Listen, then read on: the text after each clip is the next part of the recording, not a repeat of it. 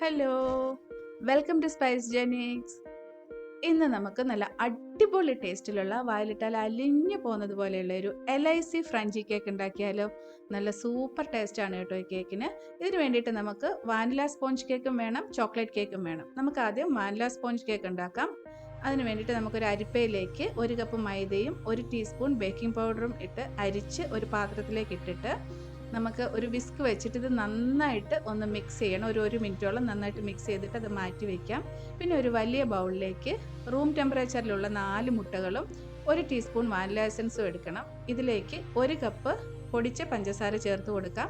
പൊടിച്ച പഞ്ചസാര ഇല്ലെങ്കിൽ 1/4 കപ്പ് ഗ്രാനുലേറ്റഡ് ഷുഗർ ചേർത്ത് കൊടുത്താലും മതി. പക്ഷേ പൊടിച്ച പഞ്ചസാരയാണെങ്കിൽ നമ്മുടെ കേക്ക് കുറേ കൂടെ നല്ല സോഫ്റ്റ് ആയിട്ടിരിക്കും കേട്ടോ. ഇത് നമുക്ക് ഒരു 7-8 മിനിറ്റ് ഹൈ സ്പീഡിലിട്ടിട്ട് നന്നായിട്ടൊന്ന് ബീറ്റ് ചെയ്തിട്ട് നല്ല ക്രീമി ആൻഡ് ഫ്ലഫി ആയിട്ട് എടുക്കണം. ഇതേപോലെ. അതിനുശേഷം ഇതിലേക്കൊരു 1/4 കപ്പ് സൺഫ്ലവർ ഓയിൽ ചേർത്ത് കൊടുക്കാം. സൺഫ്ലവർ ഓയിൽ നിങ്ങൾക്ക് ഇഷ്ടമില്ലെങ്കിൽ മെൽറ്റഡ് ബട്ടർ ചേർത്താലും മതി കേട്ടോ. ഞാനിപ്പോൾ സൺഫ്ലവർ ഓയിലാണ് ചേർത്തത്. അതൊന്ന് ജസ്റ്റ് ഒന്ന് മിക്സ് ചെയ്ത് കൊടുക്കാം. അതിനുശേഷം നമുക്ക് നേരത്തെ അരിച്ച് മാറ്റി വെച്ചിരിക്കുന്ന ആ ഡ്രൈ ഇൻഗ്രീഡിയൻ്റ് ഇല്ലേ, അതിൽ നിന്ന് കുറച്ച് ഇതിലേക്ക് ചേർത്തിട്ട് പിന്നെ നമുക്കിതിലേക്ക് വേണ്ടുന്നത് 1/4 കപ്പ് റൂം ടെമ്പറേച്ചറിലുള്ള പാലാണ്. അതും നമുക്ക് കുറച്ച് ഇതിലേക്ക് ചേർത്തിട്ട് കട്ടകെട്ടാതെ ഒന്ന് ഇളക്കിയെടുക്കണം.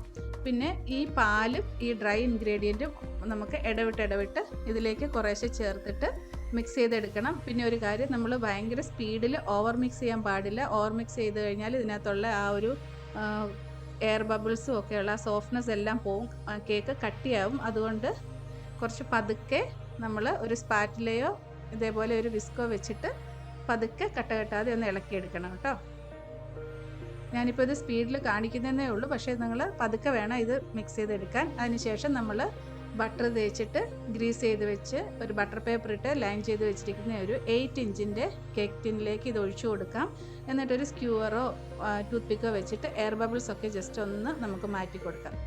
ഇനി ഇത് 170 ഡിഗ്രിയിൽ 10 മിനിറ്റ് പ്രീ ഹീറ്റ് ചെയ്ത ഓവനിൽ വെച്ചിട്ട് ഒരു 30 to 40 മിനിറ്റ്സ് ബേക്ക് ചെയ്തെടുക്കാം. നിങ്ങളുടെ ഓവൻ്റെ ടെമ്പറേച്ചർ അനുസരിച്ചിട്ട് ടൈം വേരി ആവും കേട്ടോ. അപ്പോൾ ഇത് നമുക്ക് ബേക്ക് ചെയ്തെടുത്തിട്ട് വരാം. അതായത് 32 മിനിറ്റ് ആയപ്പോഴേക്കും എൻ്റെ കേക്ക് നന്നായിട്ട് ബേക്കായിട്ട് വന്നിട്ടുണ്ട്. ഇതാ കണ്ടില്ലേ, ഒരു ടൂത്ത് പിക്ക് ക്ലീൻ ആയിട്ട് വരണം. ഇനി ഇതിലേക്ക് ഒരു 10 മിനിറ്റ് ഈ പാനിൽ വെച്ചൊന്ന് തണുപ്പിച്ചിട്ട് ഒരു വയർ റാക്കിലേക്ക് നമുക്ക് 10 മിനിറ്റിന് ശേഷം മാറ്റിയിട്ട് ഇത് നന്നായിട്ടൊന്ന് തണുക്കാൻ വെക്കണം. കേക്ക് നന്നായിട്ട് തണുത്തതിന് ശേഷം മാത്രമേ നമ്മൾ ഫ്രോസ്റ്റിംഗ് ചെയ്യാവൂ. ഈ കേക്കുകൾ രണ്ടും ഞാൻ തലേ ദിവസം തന്നെ ഉണ്ടാക്കി വെച്ചിട്ട് നെക്സ്റ്റ് ഡേ ആണ് ഫ്രോസ്റ്റിംഗ് ചെയ്തത്. കണ്ടില്ലേ, നല്ല സൂപ്പർ സോഫ്റ്റായിട്ട് നമ്മുടെ കേക്ക് വന്നിട്ടുണ്ട്. ഇനി നമുക്ക് ചോക്ലേറ്റ് കേക്ക് ഉണ്ടാക്കാം. ചോക്ലേറ്റ് കേക്ക് ഉണ്ടാക്കാനായിട്ട് നമുക്ക് ഒരു ബൗളിൽ ഒരു അരിപ്പ വെച്ചിട്ട് 1 കപ്പ് മൈദയും 4 ടേബിൾ സ്പൂൺ അൺസ്വീറ്റൻഡ് കൊക്കോ പൗഡറും 1 teaspoon baking powder, 1/2 teaspoon baking soda, 1 നുള്ള് ഉപ്പ്, ഇത്രയും ഇട്ടിട്ട് നമുക്കിതൊരു പാത്രത്തിലേക്ക് അരിച്ചെടുക്കണം.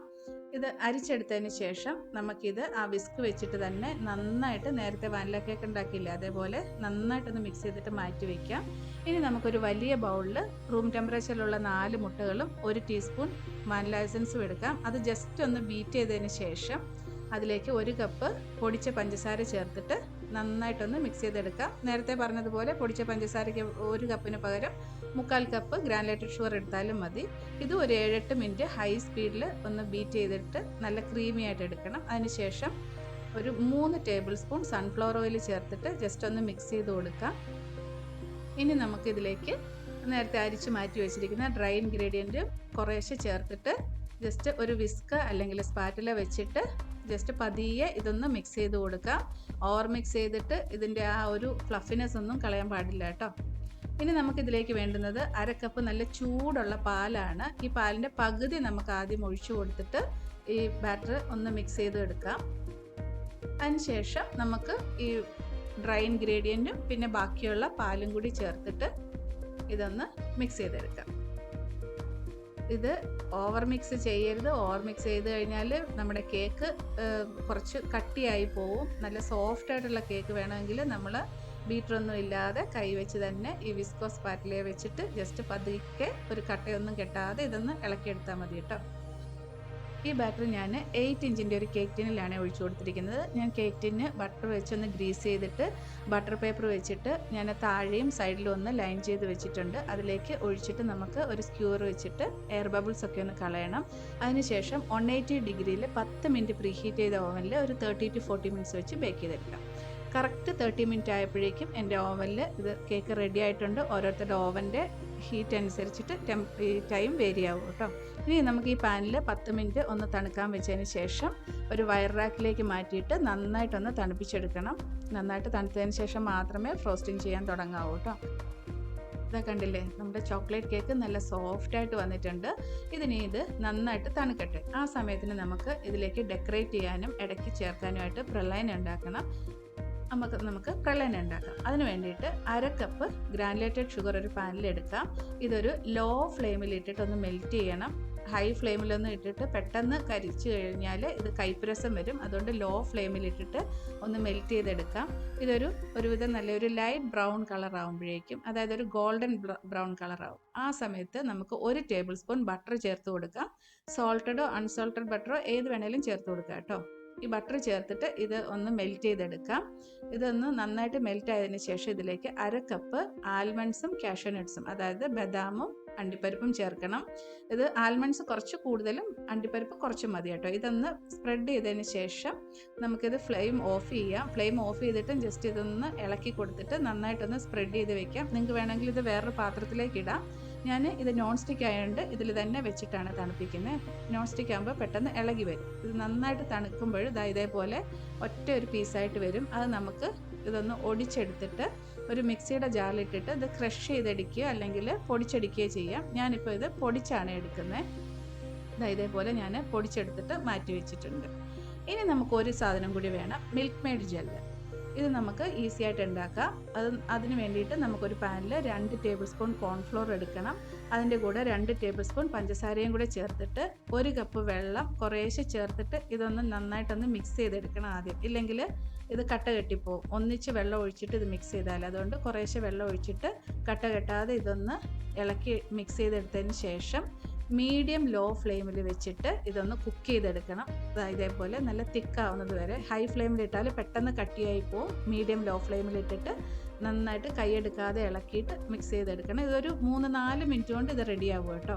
ഇനി ഇത് നമുക്ക് ഫ്ലെയിം ഓഫ് ചെയ്യാം. ഇതിൻ്റെ ഒരു പരുവമെന്ന് വെച്ചാൽ നമ്മളൊരു സ്റ്റീൽ സ്പൂൺ എടുക്കുമ്പോൾ ഇതാ കണ്ടില്ലേ, അതിൻ്റെ ബാക്ക് സൈഡിൽ ഇതേപോലെ പറ്റിയിരിക്കണം. ഇനി നമുക്ക് ഈ ചൂടോടുകൂടി തന്നെ ഇത് നമുക്ക് വേറൊരു ബൗളിലേക്ക് അരിച്ച് നമുക്ക് ഇത് നന്നായിട്ട് തണുക്കാനായിട്ട് മാറ്റി വയ്ക്കാം. തണുത്തതിന് ശേഷം മാത്രമേ നമുക്ക് ഇതിനകത്തേക്ക് മിൽക്ക് മെയ്ഡ് ചേർക്കാൻ പറ്റത്തുള്ളൂ. അപ്പോൾ ഇതിരുന്ന് തണുക്കട്ടെ. ഇപ്പം നമ്മുടെ ഈ ന്യൂട്രൽ ജെല്ല് നന്നായിട്ട് തണുത്തിട്ടുണ്ട്. ഇത് നമുക്കൊരു വിസ്ക് വെച്ചിട്ട് ജസ്റ്റ് ഒന്ന് മിക്സ് ചെയ്ത് കൊടുക്കണം, കാരണം കുറച്ച് തിക്കായിട്ടിരിക്കും കേട്ടോ. ഇനി ഇതിലേക്ക് ഒരു മിൽക്ക് മെയ്ഡ് ക്യാനിൻ്റെ 1/3 പാർട്ട് നമുക്ക് ഒഴിച്ചു കൊടുക്കാം. കുറേ ഒഴിച്ചു കഴിഞ്ഞാൽ ഭയങ്കര ലിക്വിഡ് കൺസിസ്റ്റൻസി ആവും കേട്ടോ. അതുകൊണ്ട് ഒരു ക്യാനിൻ്റെ 1/3 പാർട്ട് മാത്രം ഒഴിച്ചു കൊടുത്താൽ മതി. മിൽക്ക് മെയ്ഡും കൂടി ചേർത്ത് മിക്സ് ചെയ്തിട്ട് ഇത് ഒന്നും കൂടി ഒന്ന് അരിച്ച് മാറ്റി വയ്ക്കാം, കാരണം എന്തെങ്കിലും കട്ടകളുണ്ടെങ്കിലും മാറാനായിട്ടാണ്. നമ്മുടെ കേക്കൊക്കെ നന്നായിട്ട് തണുത്തിട്ടുണ്ട്. ഞാനിതിപ്പോൾ നെക്സ്റ്റ് ഡേ ആണ് ഇതിപ്പോൾ ഡെക്കറേറ്റ് ചെയ്യാൻ എടുക്കുന്നത്. അത് കേക്ക് ഞാൻ 2 ലെയറായിട്ടാണ് ഓരോ കേക്കും കട്ട് ചെയ്ത് വെച്ചിരിക്കുന്നത്. അതിനുശേഷം നമുക്ക് കേക്ക് ബോർഡിലേക്ക് കുറച്ച് വിപ്പിംഗ് ക്രീം വെച്ച് കൊടുക്കാം. കാരണം കേക്ക് വെക്കുമ്പോൾ തെന്നിപ്പോവാതെ ഇരിക്കാൻ വേണ്ടിയിട്ടാണ് വിപ്പിംഗ് ക്രീം വെച്ചിട്ട്. ഞാൻ പിന്നെ ഇതിൻ്റെ 4 സൈഡിലും കുറച്ച് ബട്ടർ പേപ്പർ കട്ട് ചെയ്ത് വെച്ചിട്ടുണ്ട്. കാരണം നമ്മൾ ഈ വിപ്പിംഗ് ക്രീമൊക്കെ വെച്ചിട്ട് ഇത് ഡെക്കറേറ്റ് ചെയ്യുമ്പോൾ കേക്ക് ബോർഡിലൊക്കെ പറ്റില്ലേ. അപ്പോൾ ഇത് നമ്മൾ ഇത് ഡെക്കറേറ്റ് ചെയ്തതിന് ശേഷം ഈ പേപ്പർ എടുത്ത് മാറ്റിയാൽ കേക്ക് ബോർഡ് നല്ല ക്ലീൻ ആയിട്ടിരിക്കും. എന്നിട്ട് ഞാനിതിലേക്ക് കുറച്ച് സിമ്പിൾ ഷുഗർ സിറപ്പിൽ മിൽക്ക് മെയ്ഡ് മിക്സ് ചെയ്തിട്ട് ഒരു 1/2 മണിക്കൂർ ഫ്രിഡ്ജിൽ വെച്ചതാണ് ഇത്. അത് വെച്ചിട്ട് ഈ കേക്ക് ഒന്ന് ബ്രഷ് ചെയ്ത് കൊടുത്ത് സോക്ക് ചെയ്യാം. അപ്പോൾ നല്ല മിൽക്ക് മെയ്ഡും കൂടെ വെക്കുമ്പോൾ നല്ല ടേസ്റ്റി ആയിരിക്കും കേട്ടോ നമ്മുടെ കേക്ക്. അതിനുശേഷം ഇതിൻ്റെ മുകളിലേക്ക് നമുക്ക് കുറച്ച് വിപ്പിംഗ് ക്രീം വെച്ച് കൊടുക്കാം. ഇനി ഈ വിപ്പിംഗ് ക്രീമിൻ്റെ മുകളിലേക്ക് കുറച്ച് ബ്ലൂബെറി ക്രഷ് കൂടി നമുക്ക് ഒഴിച്ചു കൊടുത്തിട്ട് വിപ്പിംഗ് ക്രീമും ഈ ബ്ലൂബെറി ക്രഷും കൂടി ഒന്ന് മിക്സ് ചെയ്തതിന് ശേഷം നമുക്കിതൊന്ന് സ്പ്രെഡ് ചെയ്ത് കൊടുക്കാം. ബ്ലൂബെറി ക്രഷിന് പകരം നിങ്ങൾക്ക് സ്ട്രോബെറി ക്രഷ് വേണമെങ്കിൽ യൂസ് ചെയ്യാം കേട്ടോ. ഞാനിത് വിപ്പിംഗ് ക്രീം ഒന്ന് സ്പ്രെഡ് ചെയ്തതിന് ശേഷം കുറച്ചും കൂടി ബ്ലൂബെറി ക്രഷ് ഞാൻ ചേർത്ത് കൊടുക്കുന്നുണ്ട്. അത് നിങ്ങളുടെ ഇഷ്ടത്തിന് ചേർത്ത് കൊടുക്കാം. പിന്നെ നമ്മൾ നേരത്തെ പൊടിച്ചു വെച്ച പ്രളയനും കൂടി കുറച്ച് സ്പ്രെഡ് ചെയ്ത് കൊടുക്കാം.